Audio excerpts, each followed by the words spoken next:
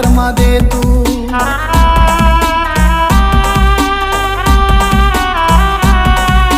तिनावर येणारा संकट सगळा क्षण माटळू दे।